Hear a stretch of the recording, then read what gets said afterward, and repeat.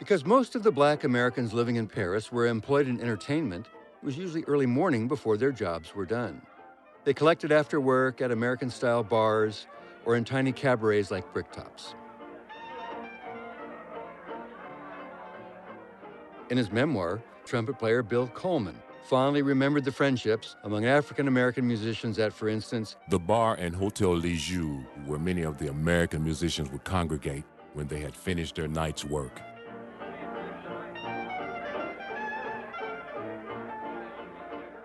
Daytimes for most musicians in Montmartre consisted of endless hanging around in bars, cafes, billiard rooms, or the corner tobacco and postage stamp vendors where musicians often met.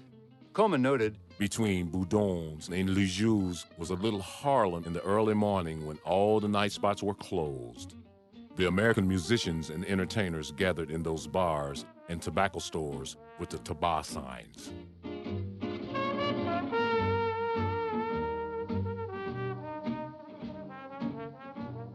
Some of the favorite spots to hang out were a joint called the Flea Pit and Boudon's Cafe. That popular cafe was even memorialized in trombone player Dickie Wells' Languorous Hanging Around Boudon. It's got a scat vocal by Bill Coleman and Django Reinhardt guitar.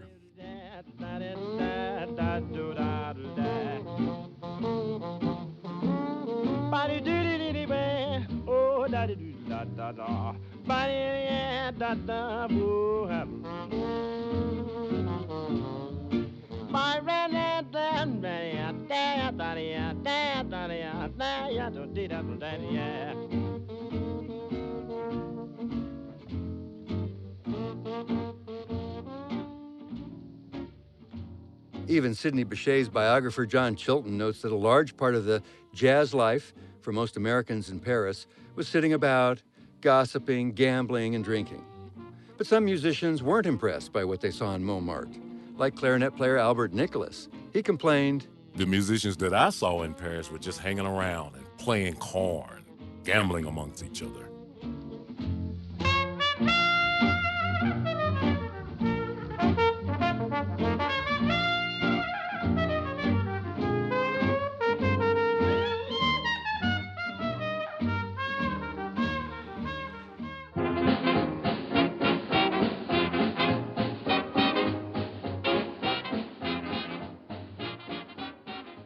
In the early 30s, as the economic depression began to bite, Montmartre nightlife fell off. The decline was hastened by the spread of drugs, prostitution, and street crime.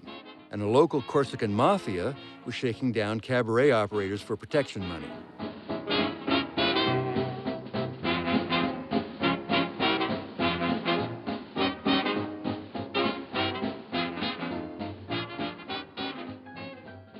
The downside of allowing a thriving Harlem-style jazz district finally provoked a strong reaction from the formerly tolerant inhabitants and the authorities. After 1933, between protests from out-of-work French musicians and tightening regulations, performance of African-American jazz was curtailed in Montmartre. But by that time, many of the top musicians had begun finding more prestigious venues outside Montmartre, outside Paris, on the French Riviera, or in Monte Carlo.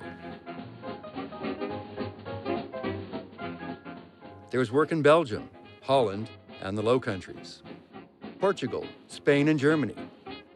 Some set off touring Egypt, Istanbul, Bombay, and beyond.